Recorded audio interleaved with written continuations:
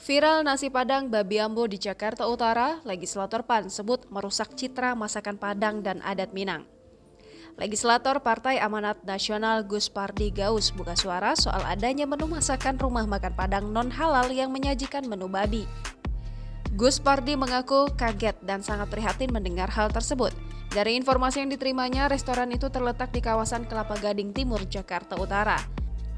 Ironinya, pemilik restoran juga mempromosikan melalui platform daring pesan antar di mana terpampang jelas aneka masakan Minang non-halal.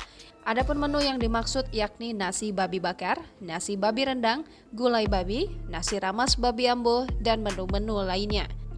Anggota DPR RI Dapil Sumatera Barat II itu menyatakan nasi Padang dengan berbagai menu yang disajikan merupakan produk kuliner dari Minangkabau dan dipastikan makanan yang halal. Oleh karenanya, tindakan pemilik restoran yang membawa-bawa nasi Padang dengan menu babi tidak boleh dibenarkan dan dibiarkan.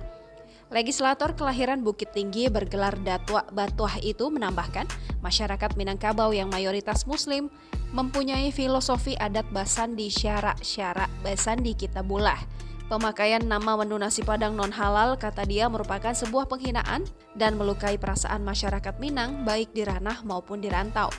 Atas kejadian ini, dirinya meminta kepada pemilik restoran tersebut untuk meminta maaf atas kelancangannya menggunakan nama dan identitas Minang dengan menu makanan-makanan berbahan babi. Dirinya juga meminta agar pemilik restoran Padang untuk menutup tempat usahanya yang dinilai menyajikan menu tidak halal itu.